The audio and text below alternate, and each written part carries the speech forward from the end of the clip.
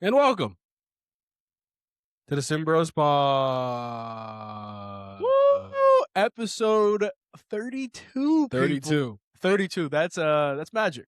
Magic Johnson. Almost 33, Larry Bird. Okay. You saving that for next week or what? Yeah, probably, actually. Was Magic ever 33? I feel like, was he ever 33 weirdly? I thought Or he was always 34. No, Shaq was 30. Yeah, I knew that. But I thought, was it Magic another number? I'm Chris. Yeah.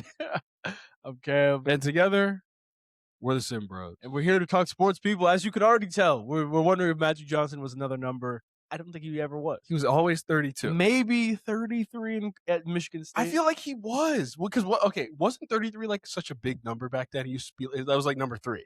Yeah, what was Julius Erving? I don't know. Dr. You J. should know. I think he was 33. Yeah, why Or- was everyone 33? Or he... Sorry. I'm letting you know that's actually kind of ridiculous. It is. Why was everyone 33? You couldn't have just, taken a deep breath. Why was everyone 33? I don't know. I don't know why everyone was 33. You're asking the wrong question at the wrong time. Now he's bad. Now he's bad. I can't just so avoidable. So avoidable. Why was everybody why was everybody I guess you had to cut early? Or we're going to keep it through? No, we're keeping We're rolling. We're keeping that. We're rolling live, baby. You gotta roll with the punch. Yeah, what are you going to do when this happens live, man? What are you going to do? I'll probably have the exact same reaction. Yeah, but you got to lock in. Oh, no. I think it'll be better if I don't look. Okay. I think the people will understand it and they'll actually appreciate my honesty.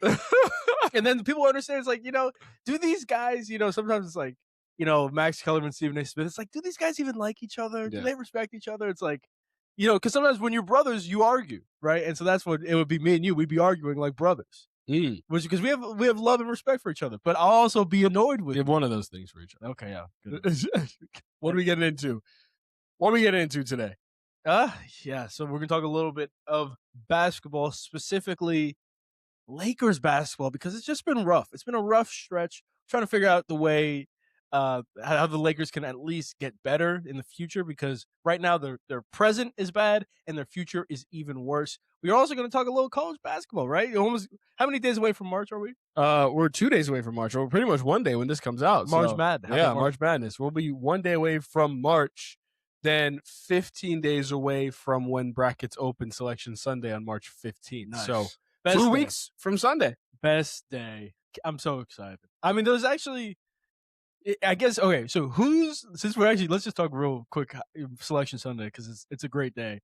Who's the 1 seed that's like, oh God, there are 2 seed? They put the camera on them when you see the 2 seed and they look a little bit nervous. Who's the 2 seed that people are going to be nervous about? Did you see that people are going to be nervous? Maybe they're a little cold right now, or they're on a really It was hot always going to be UConn, but I think they're going to end up being the last 1 seed probably. Yeah. I think Iowa State's a team you never want to play. Yeah. You think Houston is a team? I actually do think Houston's Like, a it's team. like the 1 seed's like, oh. That's a good example, because they Right. lost 3 in a row, but it wasn't like they lost 3 games to bad teams. It's like there's 2 different types of scary 2 seeds. Yeah. It's either the one that's surging, Yep. or the really good team that's having just losing some important games. Either way, you don't want to play. That's a either good of them. example. You never want to play Houston. No matter what, even if they don't feel it, like they're always going to muck the game up. They're going to make it tough. They're going to really make it hard for you to It's score. not going to be an easy win. Either way. You'll Saw what never we did last year. Yeah, you'll never get a good win over Houston. But either way. Anyway, maybe we can start with college. Okay. Yeah. We were just watching the Illinois-Michigan game. What are your thoughts? What are your thoughts on Illinois? Yeah, I don't love Illinois. I think they're a 10 high seed seed. currently. 10 overall. So You it's mean? likely to be a 3. Yeah, they could end up being a 2, but 2, likely to be a 3. 3, yeah. I mean, I don't know if I want to say it yet, but a 3-14 is not out of the realm of possibility. So yeah, what's the second round? Is that 6? 3-6. They're Oh, done. Goodness gracious. Yeah, they're done. Oh, after come 6. on. They're not Come on. getting after. I mean, the dude, first round. think about some 6. Like, what Louisville's like a 6 seed, or like Arkansas slips. Yeah. to Oh, a I 6. would pick Oh Arkansas over goodness. them. Oh God. Illinois. This is not a team that I'm worried about. Again, I always said the 3 things that you need, and I want this to be patented. Yeah. By Cam said it, SimmBros said it, whatever. Is you need 3-point shooting, you need steady guard play, and you need a rim protecting big, or just rim protection in general. Mhm. I don't think they have any of the 3. Not at elite levels. Like, they have a really flashy wing guy who can But he's score. small. He's tall, but he's like 180 pounds. Yeah, he's slender. Like, I'm not worried about this guy. Like, going up against these 23 and 24-year-olds. Like, no, stop it. So Yeah, I don't like Illinois at all. So what do you think about the Michigan obviously beating up in Illinois, and we assume the game will end with Michigan winning. Again, we're recording this before, so we'll double check. Yeah, but what do you think about Michigan Duke? That was a big game. That was national championship preview. We saw it kind of be. People thought it was going to be over. I think the over was like 150 something. People thought it was going to be high, and you think it's always going to be high scoring game, two good offenses, but it turned into like a tournament type of game where it's going to be a defensive game. Who can score? Who can get rebounds? Who can get the 50-50 balls? And Michigan didn't do any of that. Duke did a lot of that. Cam Boozer was the best player on the floor, and Duke won, and they pretty much led the whole second half, I'm pretty sure. Yeah, so, I like, first of all, this Duke team, yes, they have a good offense. I don't even know if they really have a good offense. Their defense is fantastic. Number one overall. It's unbelievable. Scheyer's been great the whole time. So you have to think about those teams who have really good offenses. I'm telling you, just similar to Houston, right? Their offenses are going to stall against Duke. So at the end of the day, it's like, can they stop Duke from scoring? Mm-hmm. It really has to be, like, the team that's going to beat Duke is a really, really good defensive team with solid offense that's going to get hot one night, right? It's just like Houston. It's literally the exact same thing. Like, a good offensive team, like Arizona, they played Arizona and Alabama last year. Two great offensive teams. They did nothing against Duke because their defense is that good. So, truthfully, I think this Duke team is very good. Not too many other teams. Like, honestly, the only types of teams would be Houston. I mean, maybe if they play Michigan again, that's the team I'm worried about. Michigan for sure. Like, those are the only two teams I think that can beat Duke. You're not worried about Arizona? No, they can't beat them. Really? Their defense isn't good enough. Like their offense is going to get stopped. Yeah, it's literally that simple. Especially when you don't have like a premier, like maybe even like a Darren Peterson is the type of guy who's like, hey, it doesn't matter how good your defense is. I'm gonna cook. Exactly. Like, if Arizona, like Braden Burries, Koa Pete, those guys are not that good. Like, you really have to be Darren Peterson-esque. Anyway, so on the Duke side, I think they're going to be a great team in March. I think they have a really big chance to win the national championship. I don't think they will, but I think they have a great chance too if they don't face a Houston, if they don't face a Michigan again, which again, kind of unlikely. I found what do you think about Michigan? What John Scheyer said, first of all, kind of interesting. He was like, it was in response to the fact that they've come up short the 2 years. You remember Elite Eight. Yes. So kind of, he's gotten better every single year. Lost in a round of 32. Oh my God. To Tennessee, right? Yeah, then he lost in the Elite Eight. Terrible loss. That was NC State. NC State. I got another like kind of like a choke job. And then they were 11 seed. Yeah. 8, I think. Or 11? I thought they were double. They were double. Whatever. Yeah. You can't lose to that team. And then this past year, they lose to Houston. Another 1 seed, but you're up like 11 with how much time to go, like right? 3 or 4 minutes. Yeah. So, and he made the comment, I want you to think about this, is like, where do you want us to lose? Right? Like, where would you rather have us lose? The comment was pretty much like, okay, like, is it more important to get there and lose the way they lose, or lose early? What do you think is more important? I think that's a good question. That's an interesting like philosophy, because it kind of brings back the LeBron versus MJ thing, right? Where like MJ never lost in the finals. Yeah. But he also lost earlier than the finals a lot more times than LeBron did, right? Very true. At the end of the day, which loss is quote unquote better? Yeah. Yeah. It's kind of hard to determine. That's kind of an arbitrary question. Yeah. But at the end of the day, if you were supposed to win and you didn't win, that's a choke. I don't care where you lost. If you were supposed to be NC State, you were supposed to beat Houston, especially Houston when you're already up by so much. That so point, the game was going to be close, but they were still 5.5 point favorites. I get he's saying, dude, we made it to the Final Four and we lost. Like, that should be something we celebrate. That's fair. Like, you obviously would rather lose in the Final Four than in the round of 64. But at the end of the day, I think it's not like they got there by some miracle. Like, they were supposed to be there, which again is a testament to him. But they also should have won that game, which is also a knock on him. Yeah. So, to answer your question, I don't like that he said that.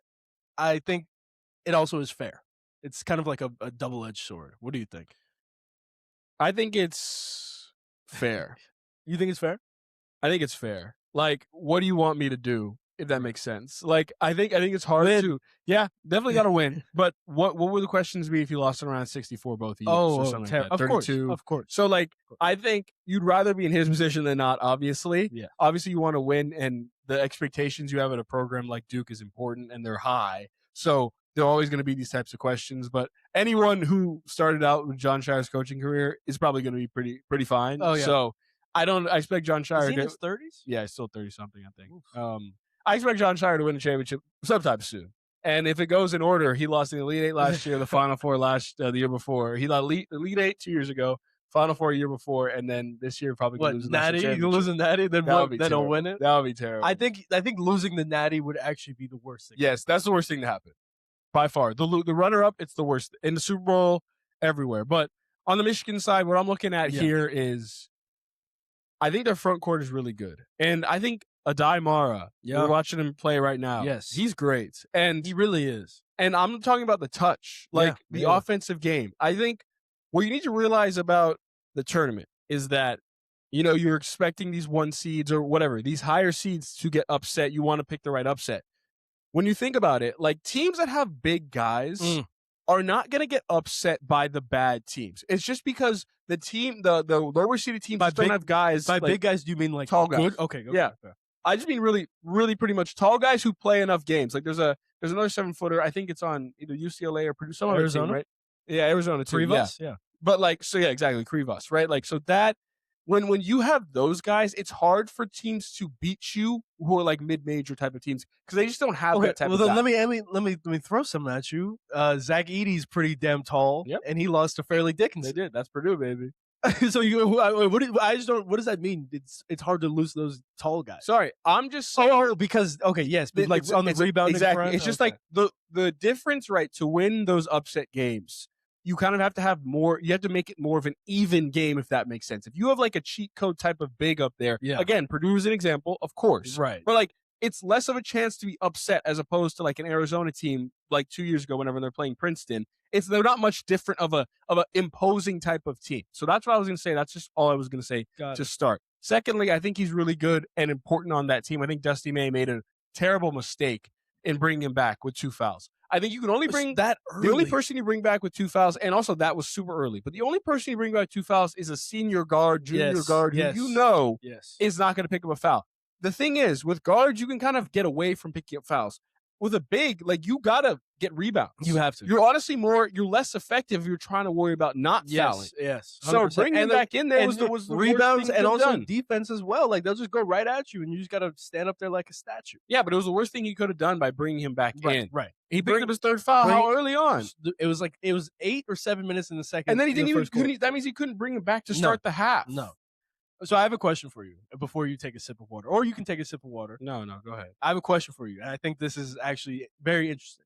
So Michigan's starting 5, their points per game is distributed relatively evenly. I think Lendenberg has the most. It's like 14. 14, right? And the guy in last place, I think, is Cadeau or the shooting guard with like Burnett. It's like 8 point something or 9 point something.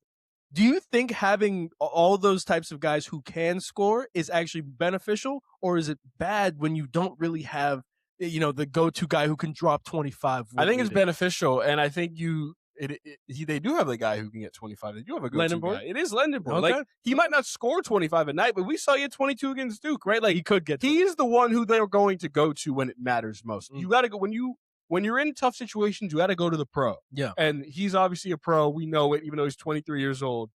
He is a pro. And laughing at Boozer. Yeah, exactly. That was super weird, by the way. Like, but whatever. And so what I'm saying with Michigan is I think their bigs are great, right? Like, they're having a good front court, but it's always going to come down to guard play. And we made a video on this. I don't know how much you can trust Elliot Cadeau in the big game. He's been having a good season. Yeah, definitely a good season. Purdue game that we could get a reminder. I know. Thanks, Armando Baycott. But he's having a good season. But can you trust him? Because when I watched him, right, and I don't watch a ton of Michigan games, I'll be fair, but like, it looked like he was back at UNC when they weren't guarding him. He was 0 for 1 of 6 from 3. Yeah, 0 for 5 for basically the entire game. Missed a crucial layup. Like, he just didn't look like he was ready to go. And I don't know if I can trust that. I don't know if I can trust that in March. That's interesting. I mean, look, at the end of the day, like we said, steady guard play. I think he's steady. As long as Michigan doesn't look at him as a primary scorer, I don't think he can be a primary scorer. I don't think he wants to be. I don't think he should be. I don't think he's good for Michigan if he is a primary scorer. However, again, he is a steady guard who has been here. He's been in these big games for, I don't know, I think he's junior, senior. Like, he's been here for a while. So, yeah, I have a lot of faith. I think this Michigan team is really good. Yeah. I think, again, there are probably about 2 teams that can beat Duke, who's number 1 right now. Michigan is absolutely one of them. What's the other one? Houston. I think Houston can just based on the way that they play. You really don't think Arizona can? No, they cannot.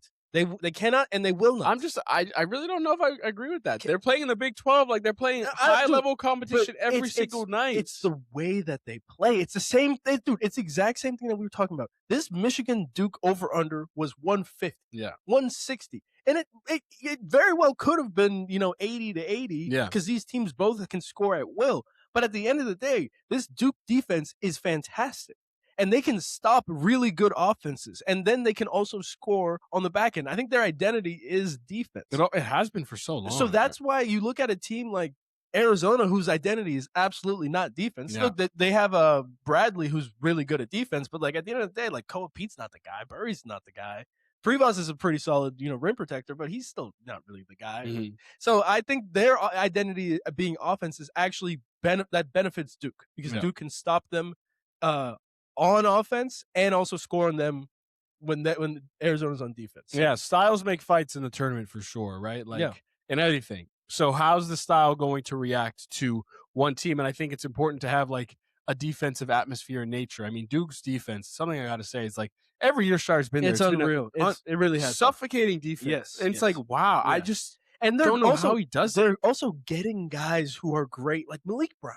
Brown? I think it is Brown. Yeah.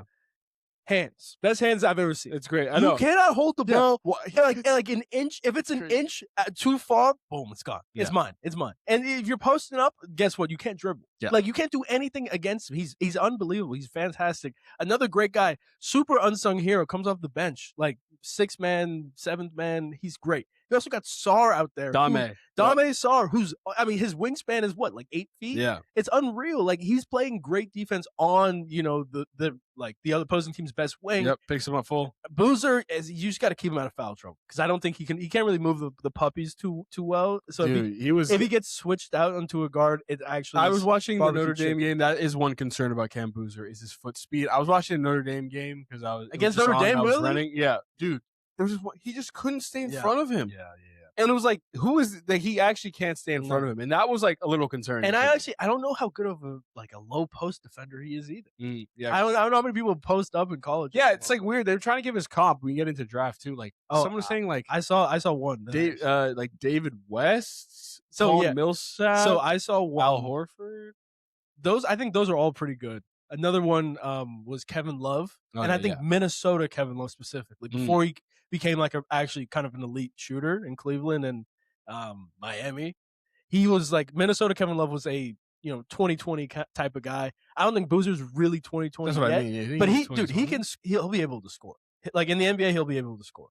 It really is that simple. Yeah. He also has he's a solid shot. It's not like he can't shoot. No. But he's also a very good rebounder. And passer. Right. So I think Minnesota Kevin Love is a solid comp. I think Millsap-ish again, but then Atlanta Millsap, not Denver Millsap. Vote for Utah Millsap? Utah Millsap. Yeah. That's OG Millsap. I like Atlanta Millsap. But was Utah Millsap shooting threes? I don't know. I don't think the league wasn't there yet. David West, I know, never shot a three. Because that's just what the league. He's good range. He would take 1 foot in front of the three and shoot it. And it would be wet. Same with KG. Yeah, just shoot the three. Take 1 step back. Yeah. That was before Daryl Morey and the analytics came to the NBA. But, yeah, I think Boozer's, Kevin Love, defensively, you just got to hide him. Yeah. And Boozer, stop fouling. He's just playing lazy defense. At the end of the day, just let him score it. You being not in foul trouble is way more beneficial than giving up. That's a good point. You said that the offense doesn't look the same with him out, and that's the one issue. It looks terrible. They have nowhere to go. They don't know who to go to. They don't have.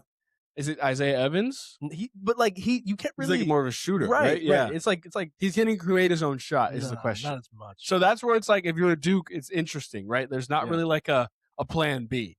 Right. So it's Duke and Michigan almost have the opposite, where it's instead of 5 guys who can score, you have 1 guy who can really score, and then you have 4 really score and really just run, run the offense, and then 4 guys who really can't do much else. Sarr hit his open threes. Isaiah Evans will hit contested threes, but and Foster, I guess, can sometimes hit a floater. He looks better. He looks like more threes lately. But it's just he's not. I'm really don't have again, and they don't have the guard who really feels like that guard. Like that one who Yes. you're settled down. Like Foster's been solid, If but anything, he's not Boozer like is that.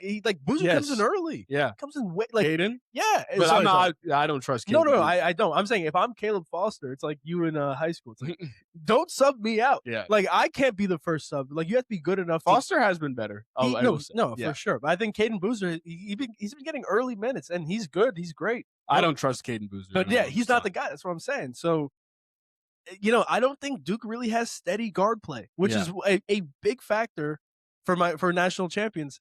I'm letting you know. I'm not going to pick him for my national champion. Do you think? So now we talked about Cam Boozer. Yeah. AJ and Darren. Yeah. The three of them. Do you think Cam Boozer is the safest one of those three? Is Cam Boozer the easy plug and play for any team in the top 10? No matter who goes, no matter who picks. That's a great question. No. I think out of those three, I think DeBonsa is the safest. AJ. Okay. Yeah. I think he's you can put him basically on any team. He won't break up any flow. Yeah. Again, he's not going to elevate your team like crazy. If Peterson goes in the right system, it's game over. Yeah. It really is game over because that's just how good he is. But also, if Peterson gets in a bad system, it's really bad because now he's sitting out. Now he's not getting the ball. Not really he's a pretty solid off ball guy. Yeah. But I don't know. It could be bad. But you look at a guy like DeBonsa, I think you put him anywhere. Like the floor is really like a super athletic wing. Yeah. Like what team doesn't need a super athletic wing? Boozer, I think he's second. His floor is the second highest out of the top three. He's above Peterson. Yeah. But ceiling is the third lowest. Yes. It's the lowest. The lowest, for sure. Yeah. And I think it's even lower than Wilson. Wilson. As well. Yeah. Wow. So I think for Boozer, it's super you have to go to a really good team that needs you and needs a player like you. And again, he can be a very expensive type of player. Yeah. His game will not be as concrete as it is right now, low post. I think he'll be more of a shooter eventually, but if he goes to the wrong team, it's going to be rough. But if you look at those 4, 5, 6, so that 4, 5, 6 right now is Wilson, Flemings, and 6 is it Michael Brown? It is Michael. How is Michael? I really haven't seen too much. I haven't seen a ton of him either. One of my friends, Mavs fan, likes him. Herm likes him. Yeah. You give a shout out to Herm. But yeah, I don't know if I love Michael Brown. A lot of people do. I haven't watched enough. No, and I feel like I haven't heard. We saw on the chart Louisville is a low floor team, so I don't know if or low ceiling team, so I don't really know if I love Michael. We watch this. We watch college basketball. We watch highlights. No one's talking about Michael Brown or Quaintance or Who even is that? That's the guy in Kentucky who's 7, and then there's Ament who's on Tennessee. Nate Ament. Yeah. I don't think he's. I'm seeing everybody talk about A-Cup. I'm seeing everybody talk about Flemings. So A-Cup's out of the top 10. A-Cup I think is 9 or 10. Okay, interesting. Yeah. I like A-Cup. What do you think about CNAC? Chris CNAC on Houston. Was he 14, 15? Right outside the lottery. So here's my question.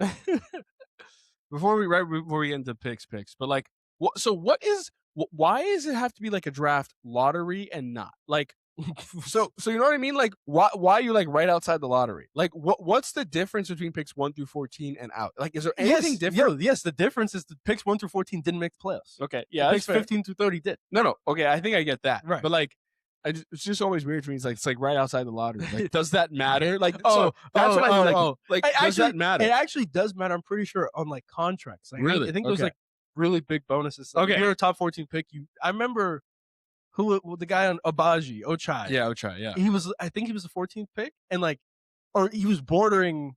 Maybe he ended up being top 10, but I remember he was bordering 15, 14. They were talking about if he wins the national championship, he's gonna get his 14, and then that's a big bonus. Oh, okay. So there you go. That helps me. I didn't really know.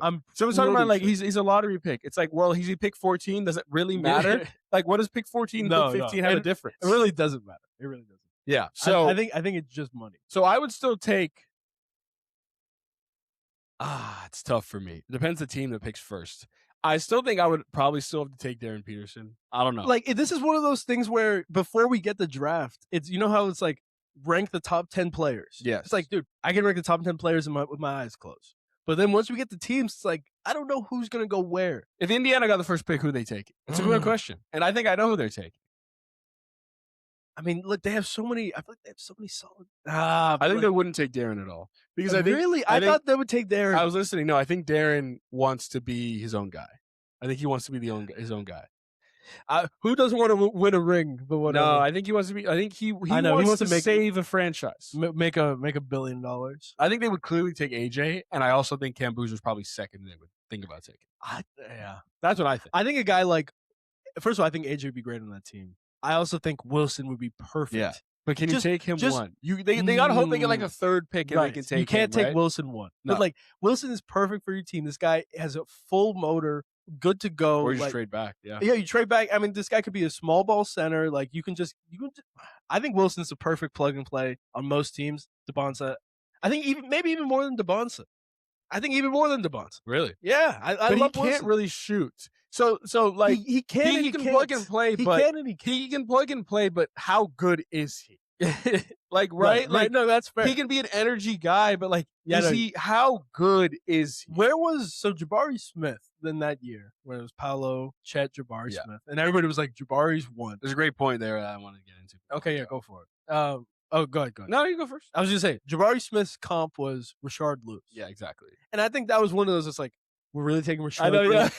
like first of all, comp is best case scenario. This guy's gonna be Rashard Lewis. Yeah, this is what we think he's going to be like as a ceiling player. And we're gonna take him at number one. When you got Paolo, I forgot what his comp was, like LeBron or something. It's like, come on. I think that's also a good point. I was listening to some draft guys talk about this draft, and that was the same kind of sentiment. You also have to take a guy who knows he's the number one pick and who wants to be the number one pick. They were saying that in interviews, it seemed like Jabari knew he wasn't the number one pick. Like he knew he wasn't like. He knew he wasn't. Chet was kind of like fake tough. Like, oh yeah, I could, but oxtail. But the thing is, the only one who actually knew and wanted to take on that burden was Paolo, and like they knew that, right? You felt the difference. Like, imagine taking Jabari Smith first over. No. I mean, look at him now. Yeah. Like he's just a shooter. Even Paolo, it sucks, but he's willing to still take the burden. Yes. Yeah. Willing to still take it. And he actually, again, good thing. All you got to do is play the Lakers now, and you'll be good. So that's what I was saying about Darren, right? They say Darren's a little like to himself. They said he said he's a loner. Yeah. So it's like, can he really be a face of your franchise? Because you're going to do all these media events, you have to do all these things. Like, you can't be like, mysterious. Like, especially when a team's going to pick you number one. So you're saying, is it AJ? The Bancer? Yeah. Yeah, DeBonsa might be the Bancer. You got to answer. Yeah. But either way, I that actually is a good point. It's more than just like, how good are you? It's like, can you be the face of a franchise day one as an 18, 19-year-old? You have to win over, like I feel like I don't hear Darren Peterson talk. Like he never is interviewed. He never speaks. Like they never interview him after games. Yeah, there's kind of no aura to him. I've never really heard him really speak. AJ's always been he was like an overtime guy. Yeah. Like he was always on overtime doing like videos and all. But even like post game media, like I feel like I haven't heard Darren Peterson talk. And this might be just because of he has the same agent as Joel Embiid did. It's an Adidas guy. So like he's been at Adidas the whole time. They're like he was probably a lock to go to Kansas because it's Adidas. You just know with the black shoes. Yes. He's wearing an Adidas. Yeah. Like it's the Adidas. Black shoes with a white jersey. Yeah. The Adidas, and it's like, okay, he's going to Kansas, but like how much is Bill Self really going to be able to coach him? It's kind of the Joel Embiid situation. And Joel Embiid hasn't been a great leader, for being honest. No, he's been a terrible leader. So I just think, like, if the Kings took Darren Peterson, that could be a recipe for disaster. That could be really bad. Or it could be great, but it could be a recipe for disaster. I think, I know. So do you think he has, of the three, do you think he has the lowest floor? Is that the question? I don't think he does, though. I think if he goes to the wrong team, a lot of bad can happen. That's more. So I think, like, if he goes to the Kings, if the Kings have the number one pick and they're weighing out those three guys, I think, like, first of all, I think DeBanson would probably be the best for the Kings. Wow. Because it's like, dude, we need a guy. We need a guy to be the face. So then who? So pause. Who's taking Darren Peterson first? The Nets? See, that's where I think, like, it almost has to be like a kind of all right team, like the Wizards or the Jazz. If they Wizards. Got him, it's the like, Jazz are taking AJ. No question. They really, yeah, you know that, right? The whole Utah, no, just the whole Utah stuff. Keep him home. They've been paying for him like since the whole time. Yeah, that's true. But again, Peterson kind of would make sense for Utah. Yes, he would. They have all the bigs, and they have a really good point guard in Keontae George. Yeah, they have no shooting guard. I mean, what Collier? Like, Markkanen's great. Like, put Peterson on that team, that's a good team. So, yeah, I mean, Washington, I think that's actually the perfect fit for Peterson. Just be off ball. Like he actually is off ball a lot more at Kansas. But I don't think he wants to do that. Really? I think he likes being off ball. You're giving the ball to Ricky Council, and like he's the one who I know, like it's a lot of. I thought it was Melvin Council. Melvin Council? Yeah. Oh. Ricky Council is a pitcher. Oh yeah. Is he a pitcher? I don't know. No, I think he might have been an old basketball player too. But yeah, I know what you mean. I don't know though. Melvin Gregg, remember that guy? Yeah. He was actually saw him in an interview recently. How's he doing? Not great. He said he wasn't making a ton of money from the shows he was on. He was like, "You guys think you're famous when you get on like an extra." He was on Snowfall. No way. And he was like, I was making only like $5,000 an episode, and like he's like, I'm making only $5,000 an episode, and then my agent fees and all that. It's like I really wasn't making much. So that's Melvin Gregg for you. Oh but my God. So you do think he has the lowest ceiling, or he doesn't have the lowest lowest floor? My bad. Yeah. Peterson, yeah. Peterson, highest ceiling, no question about it. Yeah. If he goes to the right team, he's the most talented guy of the three, and I think that's kind of clear as day. That's why he's been number one. Yeah. And even after all this craziness, he still is number one.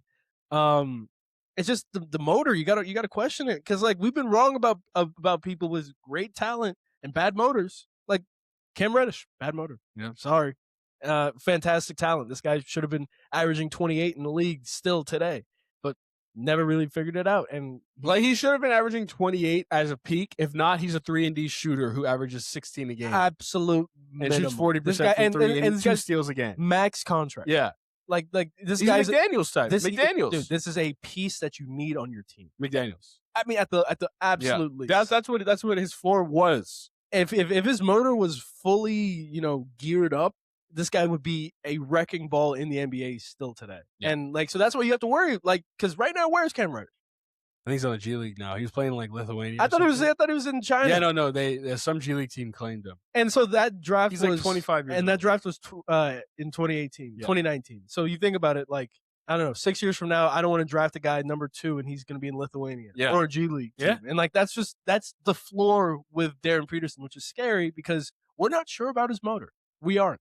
And then people saying, "Oh, he's just trying to stay healthy for the NBA." Like, that's the worst excuse I've ever heard. Because what is he going to do in the NBA? It's also like, hey, you're making money now. What you do now is how you're going to act in the future too. How you practice, how you play. Like, so, and if you're calling college practice, then you already missed. Yeah. So outside of the top 4, I think you might even have Wilson a little higher than most people. I don't care. I see it. I see it, by the way. What's your next guy that you like a lot, maybe outside the top 4? So yeah, there's 2 guys I really like, and they're both guards.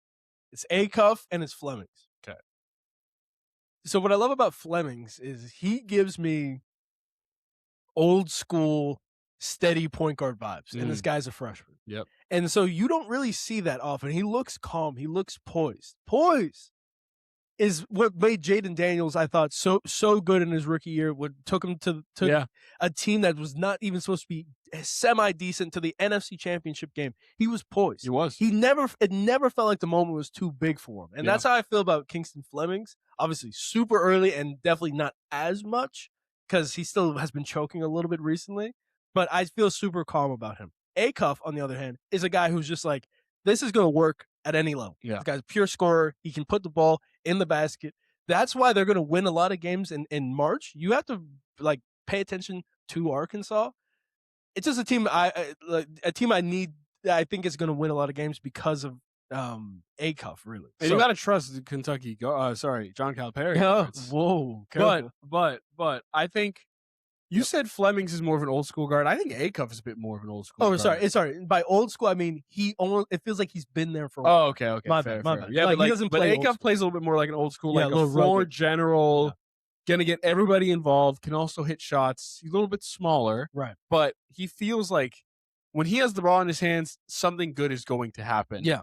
I don't know how much the talent is around him, but he's someone who could single-handedly win a game for these teams. And like when you think about March Madness, like that's what you have to think about, right? Like a lot of what we do to make good brackets is like, well, where's the talent gap? Like we were just rewatching the John Morant versus Marcus Howard game. Oh my God. Right? And it's like I think that was the game you said where it's like if there's a top 5 NBA talent on the team, and specifically top 2. Really top 2. Yeah. Even if it's Murray State, like dude.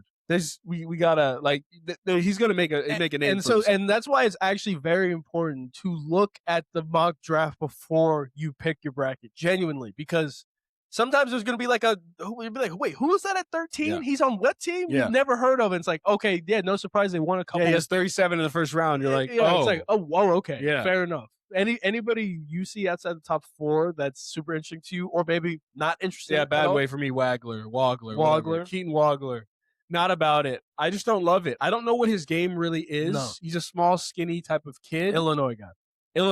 And I really see Illinois losing early because I think more for me with him, it's that first off, Brad Underwood lets him take these ridiculous ill-advised shots. I mean, he was in that Michigan State game when he was 1 for 15. It was from 3. No, it was his whole game, from right? the field. Yeah, we watched it when he's at the line, right? He was like 1 for 16. It was something like that. 2 for 15. Like, you can't. I don't care how good you are. If you're 2 for 11, you shouldn't really get many more shots after that. Like, you can't. He's also 2 for 16. No, I think if you're 2 for 11 and you're really good, you're 2 for 11 and you're really good. Yeah. Keep shooting.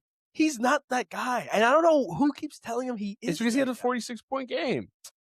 Yeah, that was why. So it's like that game is going to ruin Illinois. It is. It might ruin everybody. It might ruin whoever picks him's career. As we're going to try to alert the people, stay away from Illinois as best as you can. They are not that kind of team this year. I hope they lost. Let me double check while I got you. Why? Why'd you hope they win? Yeah, because at the end of the day, then we can just we'll have even more people to say. All right, they lost by 14. Nice. Huge. I'm ready for that video later. In Illinois. Yeah, you can't do Rowdy crowd. 14. Come on.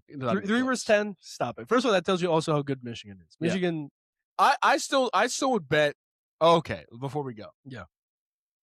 Or no, we're not going to go yet, but we're just get to the next topic. Would you bet? So you get 2 bets.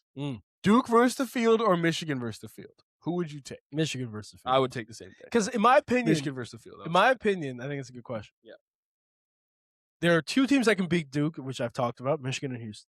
I think there's one team that can beat Michigan. That's Duke. Mm-hmm. That's it. And so that's 2 versus 1. That's math. Yep. That's nice. You taking the same thing? Yeah, I was using write this down. Video? That's a good video to do. No. I think it's Michigan versus the field too. I just think who you play also matters, and it's not Duke's fault that the ACC just continues to just not be great. But a big game on Saturday, so yes, we'll see. They get it at home, but I want to see this Virginia team. See how they do. I'm not going to be there. I wish it was at 9. It's at 9 a.m. It's terrible. I won't be there. Yeah, so I think Michigan, the tests they get each and every week in the Big Ten will be important. I think Duke ACC run has been kind of the same as last year, and it did end up catching up to them. How many close games have they played in? They played in a couple more this year, but not many. But not even as many as you think. Even the UNC game. So I'm saying both games. UNC game, they're winning. What's a game where you're losing and there's 5 minutes left, right? Look at the Patriots. Yeah. They didn't have any of those games, and they crumbled early. Because let me tell you this one thing. Last thing. When whoever's never experienced a tournament when you're there, right? When you're a part of the team and the season might end in a balance. I always go back to this example where, Duke, we were playing Michigan State and there's 8 minutes left or whatever. We're up 2 or 3 and it's whatever, we're still going. And then Michigan State goes on this crazy run and there's 5 minutes left. 4:50, we're down 5. And at that point, I'm like, dude, when you at that point, you're literally oh my God. Yeah, it's it. This could be it. There's no game 2. Yeah. There's no game 3. And that will tighten you up. And I remember, we'll always look back on that. That was a make or break game for the Duke team that season. Yeah. We lose. Obviously, you lose that game. The game's over. The season's over. But you cannot come back from that. Down 5 after having the lead. Yeah. Losing it. It's 4:50-ish left. You're down 5. That's a big moment.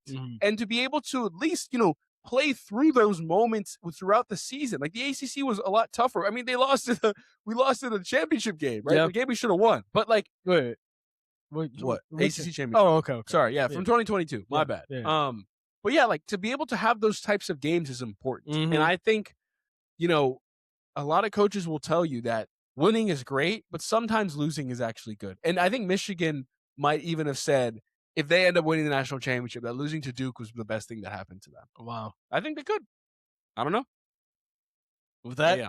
No break yet. Let's take a quick break. After the unwilling but much needed break, I still remember when. It's so unwilling. I still remember. Well, I honestly wanted to wait a little bit longer. How dare but I feel fine. Yeah. And I remember we wouldn't used to not take a break. Remember those times? Dude, that's when, first of all, for anybody who's listening, we used to, if there was any stutter, oh my God, cut out the stutter. Wow. Like if there was any like blemish in how, this is how normal people talk. Yeah. You talk about something, you stutter, you trail, you do whatever. We would just cut it out. Yes, we would cut it out, and sometimes we would just like start be like, I don't even know what I'm saying, and like we would cut that out, and like we. So now it's just like it's actually a conversation. You got to go through a lot of different things, iterations. That made the editing process the worst ever. Yeah, so terrible. But let's face the Lakers. We also edit all of our videos in house. By the way, people. We still edit all of them. No, we're still here. We know no editing team yet, but we'll get one soon.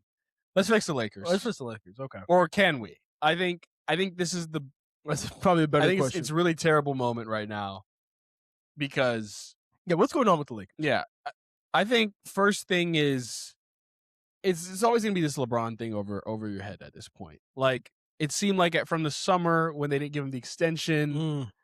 He was already kind of a little bit, I don't know if I love this team. Like, whenever somebody plays on, like, the last year of their contract, when you're a star. NBA doesn't happen. Doesn't happen. It shouldn't happen, right? And but, so like, with LeBron, it should happen. Right. But he's a lame duck, as they call it. That's why, like, whenever you're a head coach and you have 1 year, you never want to have 1 year because you're probably gone. Yeah. So, that started everything. You get Luka last year. Kind of still the whole shock factor of it all. Yes. He's fat and he's still whatever. Shocked. You don't know what's going to happen with the team. Then you start off actually playing pretty well to start the season, right? Even though Austin plays well to start the year. Luka gets hurt. Bron's not even there to start. So it's like, it's kind of like they're already playing without LeBron, and you can see Luka and Austin kind of really start to like each other. Yeah. Making like real friendship, funny things. Yeah. Remember? And you know what? If I'm being honest, I haven't seen that. since. Nope. Haven't seen it. I don't know what that is. Like, Austin smiling, laughing. No, they would crash each other's post-game interviews. And like, these were just them two. They're taking turns having like 35 points a game. And also Austin Reeves was almost a guaranteed all-star. Yeah. Like guaranteed. Man. Yeah, crazy. So then Bron comes back and then Luka gets hurt. They're going in and out. Then Austin gets hurt. So they never really started playing together until kind of after the all-star break. And you're thinking, okay, we survived it. They're like 32 and 21, something like that. Good, fine start, like especially with not all your three guys playing relatively long minutes. And then after the All-Star break happens, and it's just 3 bad losses. Right? Did they win that one game out? They won the Clipper game. Yeah. And then after that, it's Phoenix, Orlando, and Boston. And bad loss. Bad loss. In different ways. Yep. Boston, they get blown out of the building. Orlando, they lose at the end. And then Phoenix, they lose at the end. And again, Phoenix is a team that had no D-Book, no Dylan. D-Brooks. Dylan Brooks. Yeah. And Boston, I mean, there was really no chance. It was a 10-point game from the second half. Crazy. Just couldn't close the gap. And so, yes, this Laker team right now is not good enough. It's not good enough by any sense of the word. And truthfully, I'm not sure if it's maybe a LeBron thing. Maybe the team looked a lot better when it was just Luka and Austin. And maybe the metrics are saying LeBron on the court. It's not. And great. LeBron, when it's the 3 of them, it's like a 25-point Yeah. Offensive rating decrease when it's the 3 of them on the court, which is crazy. But it also makes sense because they're all 3 ball dominant guys, and so maybe LeBron is the problem. But I think at the end of the day, Luka Doncic is the problem. Wow. He is the problem. You just can't. We see it now. You can't be this. He's one of the best offensive players in the league. He's also relatively inefficient on offense, and then also a absolute cone on defense. Mm-hmm. So if you look at a guy like Shea, for example, he not only is he actually a solid defender, but he's also one of the most efficient scorers. So it's like everything he does, even if he gave up 2 points on defense every time or every 2-3 times, it's like he's going to get his points back on offense because he's an efficient scorer. He's a deadly scorer. He's not really a volume shooter. No, when you think about it. He'll have 30 on 14 shots. Yes, yeah, and like he'll get to the line, he'll get fouled, like efficient, very efficient. Luka, like he'll just take some shots, and like believe me, they'll go in sometimes, but they'll also miss a vast majority of the time. Let me pause you there. Yeah, he has not been a good shooter at all No. with the Lakers. I remember when he came over at the end of like February of last year. It's like he's just getting his sea legs under him. He's just getting his sea legs under him. Now? He's trying to get used to like the different, situation guys. He's trying to get his sea legs and he'll have one good game where he shoots like 6 of 12 or 6 of 11. But a lot of these games, man, it's like 2 of 10. Dude, he's like, always 9. He always starts so cold. When he finally makes, when he looks up, he looks up like he hasn't made like, and I just think I find him that he takes audacious shots. Very. Like quite. And I think that's the difference between him and the other quote superstars in the league. Jokic is really not taking those shots. He's barely taking the open. Yes. He's like, again, even Ant is not taking. He's taking bad shots, but he's not taking. Not even. I know. Yeah. I know. Like Jokic, first of all, somehow will get 30. He doesn't even want to score. Like if he could pass and get 30 assists instead of 30 or 60 points, believe me, he'd do it. I just find it insane that Luka takes heat checks all game. Okay. Like he takes step back tough shots. Yeah, and he misses. Exactly. And this is the one thing we were both saying. It's like the foul stuff has gotten way out. Of hand. We didn't even begin to brush the serve. We're just talking about his open three, not open threes, but like his shot selection where he's not complaining about a foul has been terrible. But he spams step back threes. And so let's actually talk about this. First of all, I also want to say he's not athletic either. He's like if this guy was athletic, Ant's dunking on people. Don't get out Luka the way. dunked the one game and then was out with a hamstring strain. Luka dunked one game and like he's just not athletic anymore at 26, by the way, which is just devastating. But we have to talk about this foul baiting thing because every time he drives, it's unbelievable. He initiates the contact, which is what you're supposed to do. Look, I'm all for it. He initiates contact and then he'll just throw the ball up because he expects the foul call. And when the foul call doesn't happen, which, respect to the refs, because I don't like that kind of basketball either. And I know Silver's not trying to push that kind of basketball where it's just we're watching all these guys at the free throw line all day. He gets mad at the refs. He'll yell at the refs and he won't play defense. And at the end of the day, we're giving up points. Not only was it a bad possession on offense, but you're also giving up 2 points on defense. It's like it's a 4-point swing every time he drives the ball and doesn't get fouled. Like at this point, I hate seeing him at the free throw line. Because first of all, he's not even a good free throw shooter. That was what I was going to say.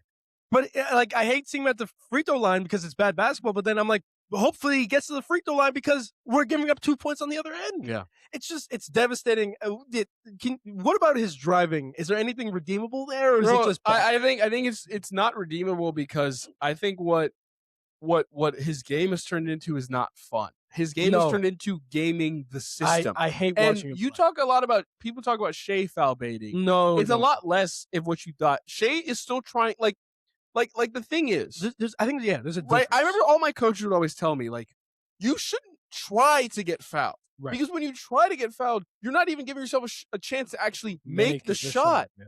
And Luka's so good, we're like, if he actually just tried to make a shot, he's going to score 2 points. And you don't have to, and that's the point. Like, it's not like he is a Devin Booker, Steph Curry, Ray Allen free throw shooter where it's like he's a 90% guy. No. He's 77. Yeah. It's not even like you're really getting more points doing this. That's not the best case sscenario, is him getting fouled. Like, it really is hard to watch. For one of the greatest offensive players we've seen, who I feel like used to be a lot better. I don't know, maybe that's just me. Yeah.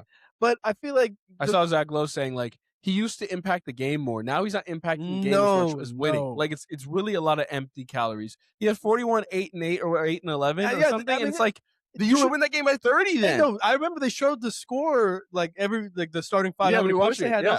He had 41. No way. It doesn't feel like Lakers were down by 10 the entire game. Yeah. How your 41 should be like, okay, game over. You won the game. And I think that's a really important point. If if Jokic has 41, the Nuggets win by 40 points. My God. Unless it's like some like double overtime game 60. where he's still 60. It's like honestly, if Jokic scores anything less than if he scores less than 30, they won. Yeah. If he scores from 30 to 50, they might lose. Yeah, they might lose. Yeah. If he scores 50 plus, it's like okay, he went to OT and they probably lost. Yeah.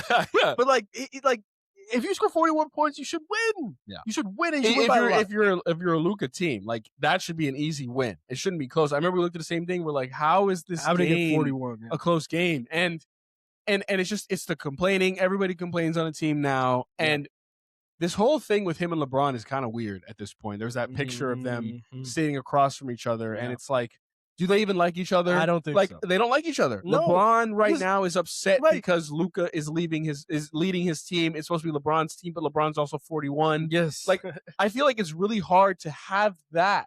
Right. No, so you look at Luka, he's mad at LeBron because LeBron's stealing his shine, or like he's not letting him be Luka. So stop there. Yeah. Why? So that's what I wanted to say, and you didn't agree with me. After looking at that picture, do you not think that something came in his head that he was like, LeBron should be shooting? Not LeBron should be shooting that, but like, do you not think there's something there? No. So for all who don't know, Luka had a chance to win the game against the Magic, right? Yeah. He had 2 shots pretty much. He hesitated on the first one, took a dribble, then didn't shoot it, passed it to LeBron, and they lost for a chance to win the game. So you don't think there's anything there? No, because again, the play was drawn up for Luka. Yeah. To be open, which he was. It was a great play. He was wide open twice. I think I really do think he was so surprised that he was open. That's fair. No excuses. I mean, you got to shoot the ball. You shot it at way worse times, way more contested. So just unbelievable. But that's what I think it was. Yeah. I don't know why he passed it to LeBron. It was just a rough play, all in all. But they don't like each other. No, they don't like each other. That's why I think there's many reasons I think LeBron's leaving. Luka is probably the biggest reason. They just don't play well together. And, at the end of the day, LeBron probably is going to retire soon. Probably wish they didn't trade for Luka. He played better with AD, but Luka obviously is a guy you want to build a franchise around. At least we thought he was. I just at this point, I don't think so. I thought he would have grown up by now, personally. I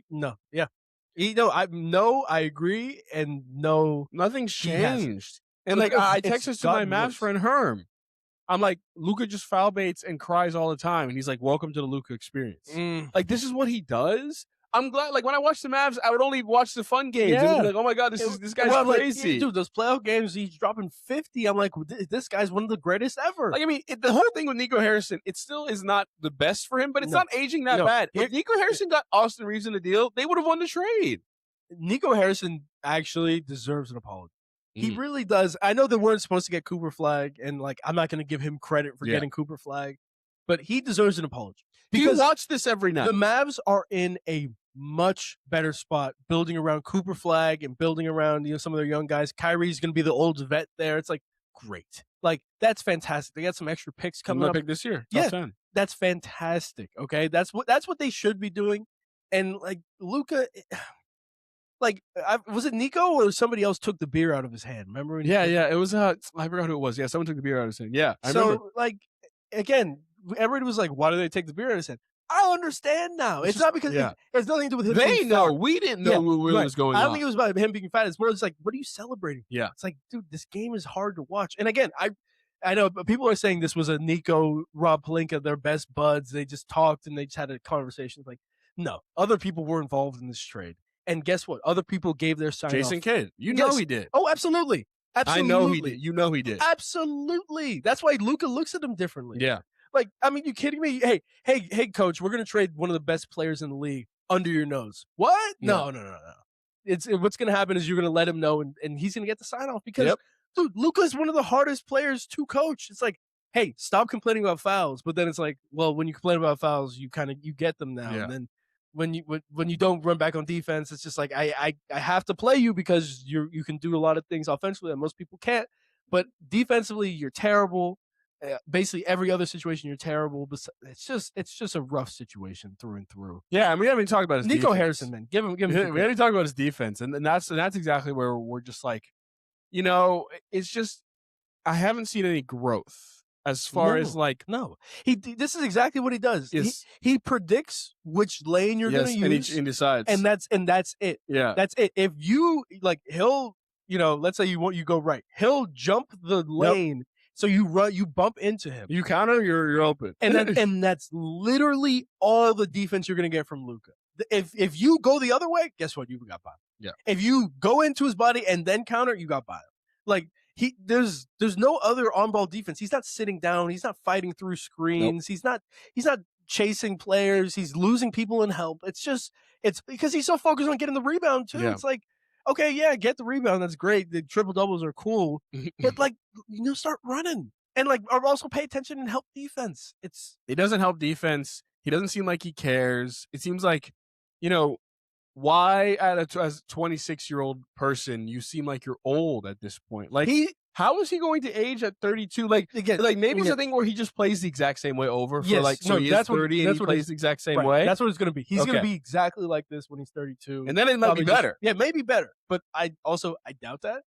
My thing is if you didn't know, you would think LeBron is younger than Luka. Yeah. And not, or at least not 15 years older. Yeah. Which also, Luka's birthday is tomorrow. Yeah. Yeah. Oh, you said it. I didn't know if you wanted to say it. Whatever. No one's gonna Happy birthday. Yeah, okay. But either way, Luka's playing like a 50-year-old man. Yeah. And I don't know if that's an athleticism thing. I don't know if that's just how Luka plays. But he used to be a lot more athletic, a lot more bouncy. And I'll say this too. I think the team makeup. So the one thing I'll say here is that the team makeup isn't great. And not even as far as the players wise, just as far as where the players are contract wise. When everyone's on a player option on a 1-year deal, it's tough because everyone's in for the next contract. Yes. So there's no real cohesiveness. And one of my friends was saying this team doesn't feel like they want to win for each other. No one wants to go dive on the floor, make a play.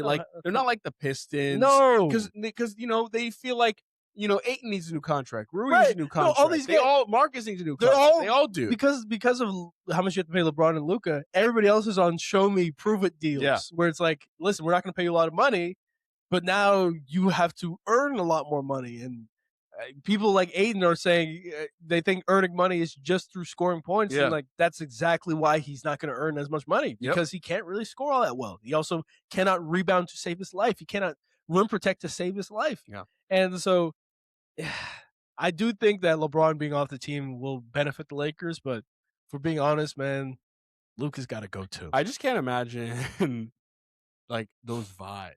There's no vibes. I can't imagine the vibes after a loss. It's just even bad. sometimes because LeBron usually is not hey, I'm going to leave after this year. So even LeBron's smiling, and again, when you're captain, when you're leader, when one of the greatest to ever do it is smiling and laughing. You're going to be smiling and laughing. But it doesn't matter. It doesn't matter. He doesn't care. For LeBron, it's it's nothing funny over here. And so when he's not laughing, guess what? Rui, you're not laughing. Yeah. You're laughing, Rui? Can't. How are you laughing? Yeah.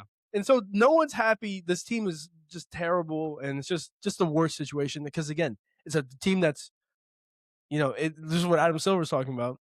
6th seed in the West. Yeah.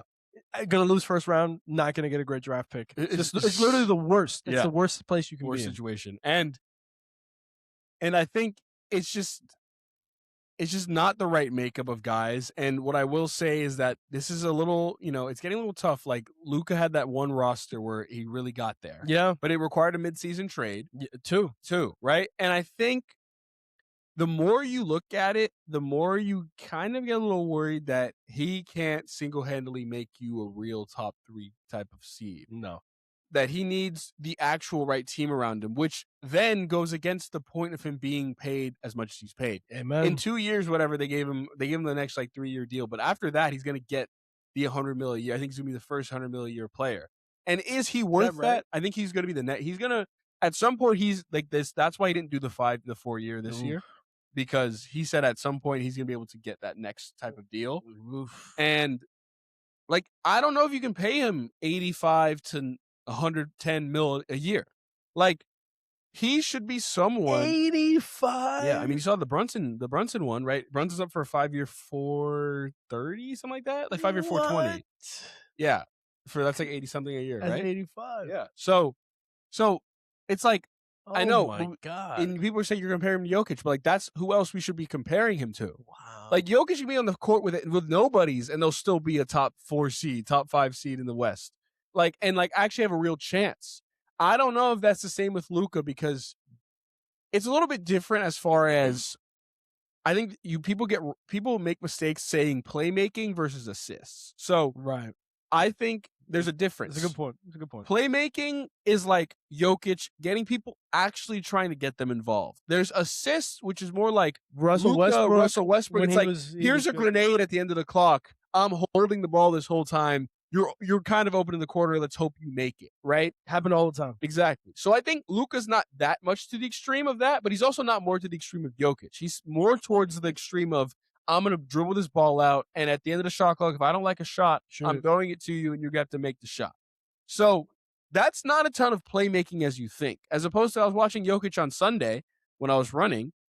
He had 8 assists in the first quarter. And it's just like, it's not him holding the ball and passing. No, he is making plays to get guys open. So he's one of the greatest effort to get people open.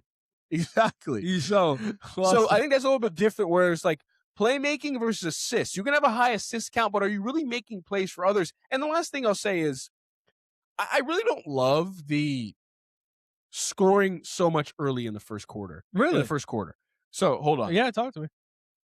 I think it's the same way with LeBron and the same way with Jokic. They usually won't score a ton in the first quarter because this is the time to get everybody else involved. It's true. Because I know if all else fails, I can go score. I'll be fine.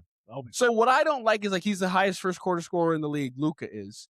And that to me is a tad selfish. Again, the team isn't great, so I get that. But like also, it's like what happens is I remember my friend was telling me, it's like you get to the end of the first quarter, the Lakers have 27 points and Luka has 21 of them. Yeah. Like, it's cool that he scored a lot in the first quarter, but no one else is in rhythm for the rest of the game. It's true.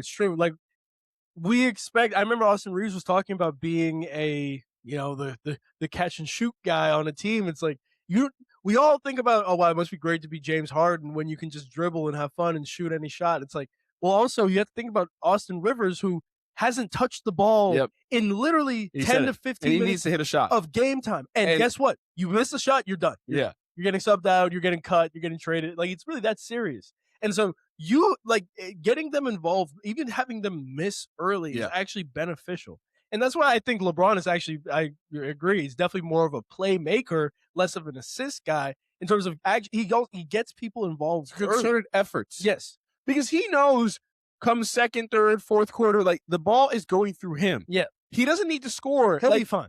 20 points in the first quarter. And it's not even about scoring either. Again, that's why LeBron's great. He's not a scorer. No. He's a basketball player. Jokic is a basketball player. And Luka, I think, people call him a playmaker. Shout out to DeAndre Ayton, I guess, because he really isn't the best playmaker. Like, he'll throw some nice passes to and lobs. Yeah. But it's also like, all right, here we go. 23 seconds. Come set a screen, I'm going to figure it out, and then set another screen. If I don't like it, I'll take a step back 3. And it's like, and that's where I think the whole thing with Ayton is the wrong center to have. Yeah. So you need to have someone better than Jackson Hayes, but Jackson Hayes is perfect. Yes. I don't need the ball. I don't even care. No. Like, I'm just happy. I will jump and I will dunk on people. And I'll block shots and I'll get rebounds. Mark Williams would have been great. Like, I don't need the ball, but DA being a first overall pick, it's like, this is my team. Like, I'm an offensive weapon. It's like, that's not why you're here, brother. Like, it's not why you're here. I hate to break it to you, dog. It's unfortunate, but you're going to make more money if you just, like, stop having that ego. At best, you're the 4th best player on at the court at all times. Yeah. At best. So when you think about it like that, like, those are 2 examples, too, where it's like, I just don't know. I don't know. Yeah. He might make it. Do you think Rob Pelinka's GM ability is good enough to construct a team that Luka can be successful on? Which is another thing. That's a good question. I think so. I'm of the camp where I think Rob should probably go by the end of this year, but they say they're going to keep him. So I can give him one more time. This is a clean slate. There's no one on the books, right? Oh, the Brandon Bean deal? This is what it is. You're a clean slate. What can you do right now? With all this money, you're going to have a max salary slot. Crazy. With LeBron gone. So, like, what are you going to do?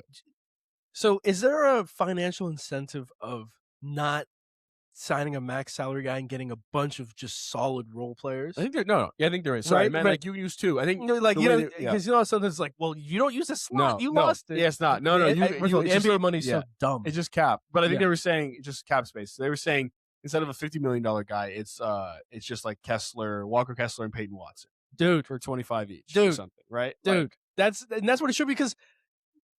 You need more. You don't need a third star. He's going to try to get Giannis. I don't want that. And that's going to be just god awful. You don't need a third star. You need more solid player. Get Peyton Watson out there. Make him guard the best player Exactly. on defense. Yep. And he's just a better Jared Vanderbilt. Exactly. He's just a better Jared Vanderbilt. Yes. And we know now he can actually get his own shot. Yep. Walker Kessler, great. Aiden, you're done. Yep. Sorry. Walker Kessler, Hugh Jackson Hayes, and you just go from there. Yep. And then you get more wings. But it's like, what worked with them? They had Derek Jones Jr., P.J. Washington. Yep. They had all these types of wings guys, Gafford and Lively. Oh, Lively's good. Yeah. Exactly. Yeah. And that's the one thing where it's like, was Lively actually ever good? No, sorry. I mean, like, is he healthy? I don't know. I think he was good. Tough foot injury. Yeah. So it's when you're big, when you have foot injuries, it's really terrible. That's right. But that's the thing. So, yeah. And the one real interesting rumor is the Kawhi thing. Because they're saying he might get bought out of the contract. And that's a lot of steps. If he gets bought out, though, or if even the contract gets voided after the end of this year, and he can't go back to the Clippers, like, does he really want to go anywhere else? I'm going to say it right here, I would give Kawhi a 3-150. Easy. He's still good. Would you? He's still good. He's still good. He would have wanted to be, like, he didn't want to be on the Lakers initially. Why would he want to be on their team now? Because no LeBron.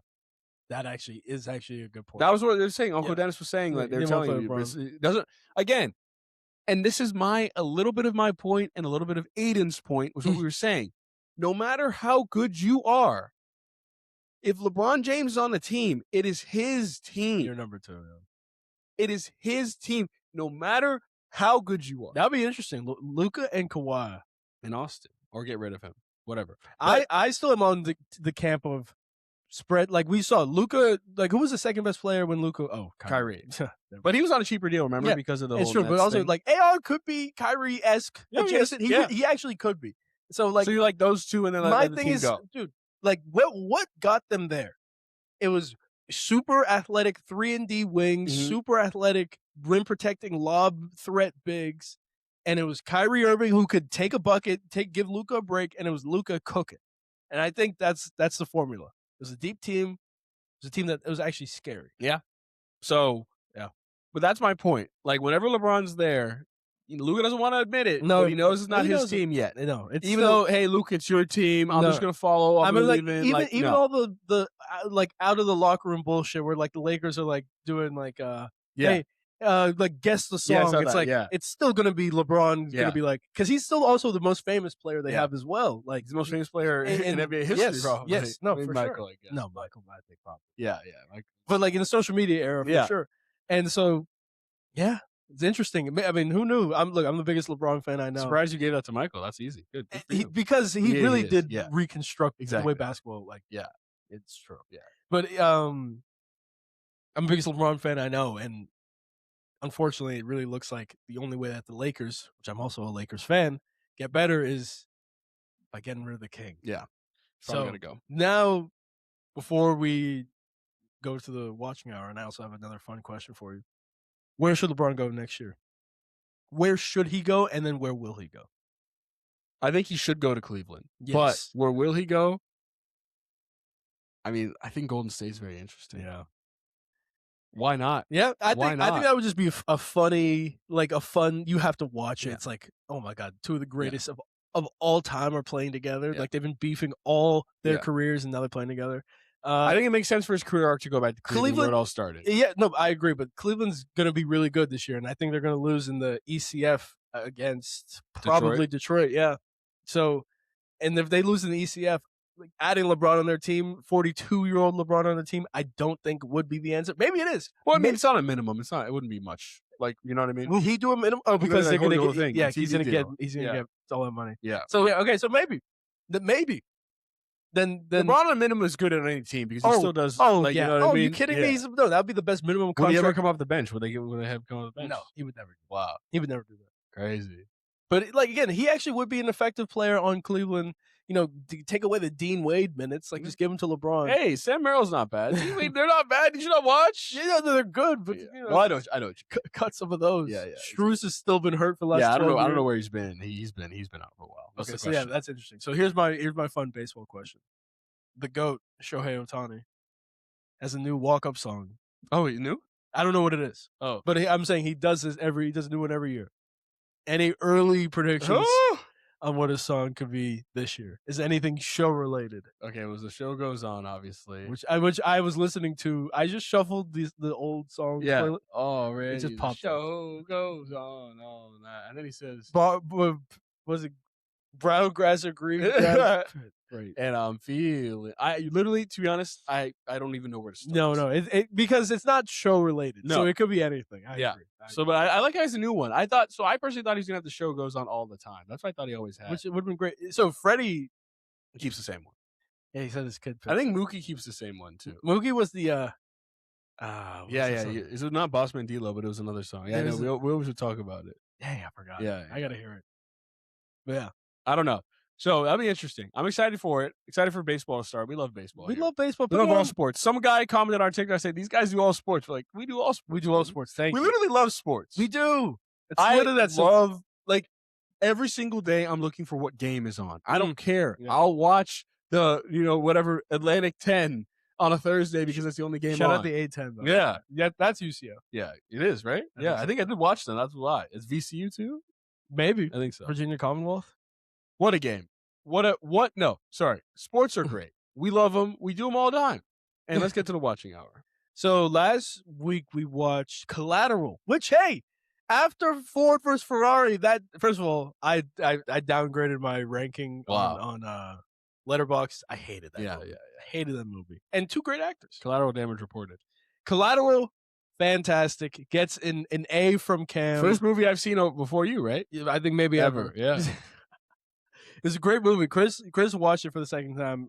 Did you pick up anything the second time, or was it kind of a similar viewing experience? I think it was definitely similar viewing experience. I didn't remember exactly what happened. I knew he was going for the girl, spoilers, at the end, like again.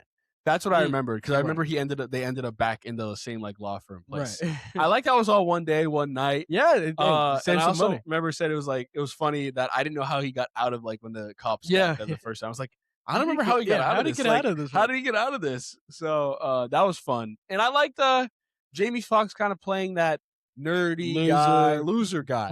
You got to watch Spider-Man again. Yeah, I do. And I think we should actually have a quick conversation about life there. I think Jamie Foxx is an important example of how a lot of people live their life, which is he's one of those guys. Oh, not Jamie Foxx, the character. Yeah, the character. Sorry, my bad. Yeah. Very huge distinction, actually. Whatever his name is in the movie. Max. Yeah. Like Max in the movie drives a cab, and you don't know how long he's driving the cab for. He has this girl in the car who he likes, and he's saying like, I'm just driving the cab for a little bit to get better, right? To like build a limo company. We're like, great, like cool. He's probably just driving this like, maybe cool 4 on months, the side. 5 months. Yeah, whatever. They're like, how long have you been doing it? 12 years. So 12 years, and you get this guy, Tom Cruise, this business guy, assassin type, who is in the back, and pretty much he's a real dude. He's like, you've been driving this thing for 12 years. You haven't done anything. Yeah, like you keep saying you're going to start something. Yes. And you're not. Like at some point you have to take some sort of risk in your own life. Because if not, you're just going to keep saying tomorrow. You're going to keep saying when I have the money. You're never going to have the money. If you're driving a cab, you're never going to save up enough money. You have to take some risk or just try it in a lower key thing. You can't do it until everything's perfect. He was like, Max was like, I want to make sure I have all these limos. It's going to be perfect. I got to do this. I got to do this. I got to get people. The thing is, this podcast is not perfect right now at all. It wasn't perfect when we started. No. But like, we're going to wait until we have a $1 million setup? Yeah. A million followers? Yeah. No. You have to go and take the risk now, people. Yeah. It's going to cost money. It's going to cost heartache and times. It's going to be tough. You got to do it. Because otherwise, you're just going to keep pushing it off, and you're going to keep saying later and later. Because later isn't an actual date. It's not an actual thing. It just means not right now. And so at this point, if you have something you want to do, and let's say there's another side project you want to do it now. If it costs money, work your regular job with this side project. Yep. That's what we're doing. It's tough. Terrible. It's a lot of hours, but you got to put in the time, man. Have not slept well. Like, not slept well. Like, this is, you never feel like, always behind the 8 ball. Yeah, it's okay. Like, this is the point. This is what it's for. And look, it's only going to get worse. The longer you wait, the worse it'll be. Start now. Absolutely. So, yeah. So, what's your rating for the movie? Oh, rating. I gave 4 stars on Letterboxd. I'd give it an 8. I'd give it an 8 flat. 8-0. That's fair. For me, nothing's really getting a 9, by the way, from me. Yeah. That's 7-8. Yeah. 7-8 for me. Nice. Great movie, though. Yeah, I enjoyed it. What are we watching? Did we agree on the movie? We didn't agree on something yet. Damn. We'll figure it out. Okay, we'll figure out a movie. We always do. It keeps the audience guessing. Yeah. But the next time, I want to get it so everybody gets it. We got big games, big college basketball games this week. Yup. NBA is still going on. We got a big announcement starting actually tonight on March Madness. A lot of stuff. A lot of stuff in plans. Yeah. You'll see a couple new things, but it's going to be fun. You can win some free money. Like we're giving away our own money. Listen, think about that. We can say it here. Yeah. Should we say it? Yeah, go ahead. Go for it. No one's listening. We are giving away at least $1,000.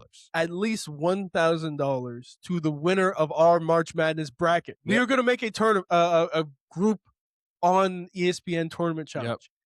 Yep. Whoever comes in first place of that group is going to get $1,000 USD cash in hand, if not more. The more people we have, the more it goes crazy. Go up. Yep. And listen, this coming out of our pocket purely for the love of the game. Purely for the love of the game. That's it. That's it, people. We don't make any money off this. We just want money. We want this, and this is great. I just love when I talk about it. Like, we want this to be a thing for forever. SimmBros Invitational. And there's going to be more money and more money because all the other people don't give you the ability to actually win money. Right. It's only you have to have a perfect bracket. And then you have to do this. You maybe have to sign up for this thing. You have to do this thing. You have to do that. You have to maybe do that. This is $1,000 in your pocket from Venmo. We'll get this into you. First place, you get $1,000. Yep. Simple as that. That's it. Well, guys, we're excited. It's March Madness. We love you all for being here. Like, subscribe, as always. And with that, we'll see y'all next week. Stay locked, people.